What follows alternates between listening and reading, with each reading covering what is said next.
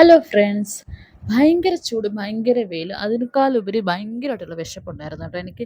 അങ്ങനെ ഞങ്ങൾ നേരെ കയറിയത് വെജ് റെസ്റ്റോറൻറ്റിലായിരുന്നു. എന്തായാലും ഞാൻ വിചാരിച്ചത് എനിക്ക് കിട്ടി. എനിക്ക് ചിക്കനോ മീനോ ഒന്നും കഴിക്കാൻ ഒരു മൂഡില്ല. വെജ് റെസ്റ്റോറൻറ്റിൽ വെജ് മീൽസ് കഴിക്കണമെന്ന് ഭയങ്കര ആഗ്രഹമായിരുന്നു.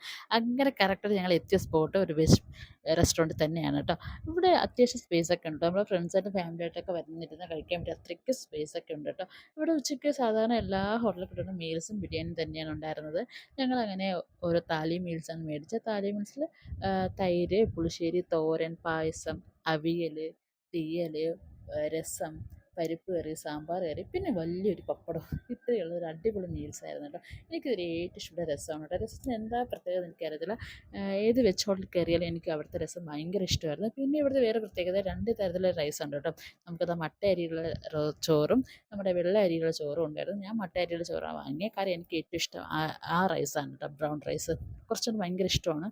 അതിൽ ഈ കറിയൊക്കെ കൂട്ടി കഴിക്കാനും ഭയങ്കര ടേസ്റ്റാണ്. അതിപ്പോൾ എനിക്ക് ഏറ്റവും ഇഷ്ടപ്പെട്ട ഇവരുടെ സർവീസ് തന്നെയാണ് കേട്ടോ.